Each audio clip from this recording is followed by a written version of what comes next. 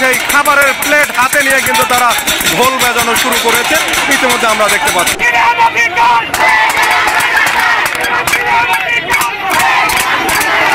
আমরা আছি এই মুহূর্তে দেখতে পাচ্ছেন যে শিক্ষার্থীরা কিন্তু তারা হল থেকে বের হয়ে এসেছেন। গভীর রাত্রে কিন্তু শিক্ষার্থীরা এভাবে হল থেকে বের হয়ে এসেছেন। আমরা এখন এই মুহূর্তে টিএসসির যে মোড়, সেই টিএসসির মোড়ে অবস্থান করছি।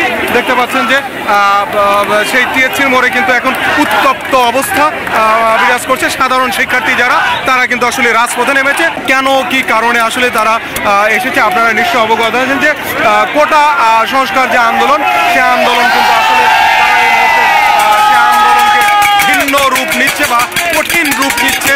সেই আন্দোলনের কোটা সংস্কার আন্দোলনকারীরা যারা সাধারণ শিক্ষার্থী, তারা কিন্তু এই মুহূর্তে কিন্তু আসলে তারা ঢাকার সেই রাজপথে নেমেছে।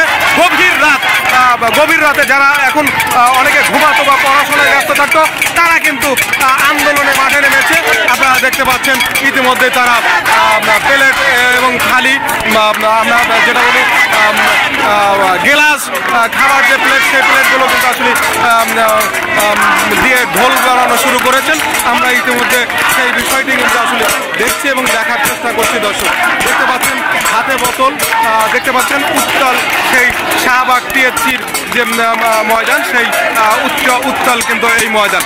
দর্শক যে বিষয়টি আসলে আমরা আপনাদেরকে দেখানোর চেষ্টা করছি বা বলার চেষ্টা করছিলাম যে রাত গভীর, তারপরেও কিন্তু আসলে গভীর রাতে হঠাৎ ঢাকার এই শিক্ষার্থীরা, ঢাকা বিশ্ববিদ্যালয়ের শিক্ষার্থীরা কিন্তু আসলে ইতিমধ্যে আমরা দেখতে পাচ্ছি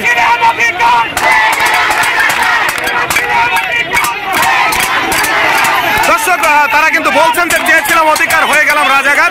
আসলে প্রধানমন্ত্রীর যে আসলে সেই একটা বক্তব্য, সেই বক্তব্য কি তারা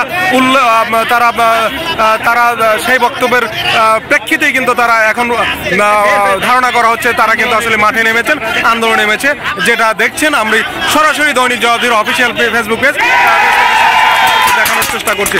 দর্শক এই মুহূর্তে আসলে পুরো টিএসসি কিন্তু থমথমে পরিবেশ বিরাজ করছে। আমি যদি একটু আপনাদেরকে দেখাই, দেখতে পাচ্ছেন আপনারা সেই খাবারের প্লেট হাতে নিয়ে কিন্তু তারা ঢোল বাজানো শুরু করেছে। ইতিমধ্যে আমরা দেখতে পাচ্ছি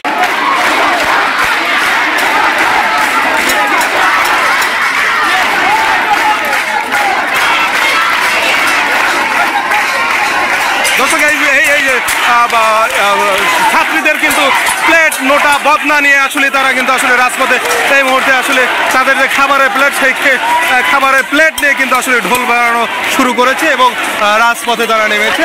ইতিমধ্যে আমরা সেই বিষয়টি কিন্তু আসলে দেখছি।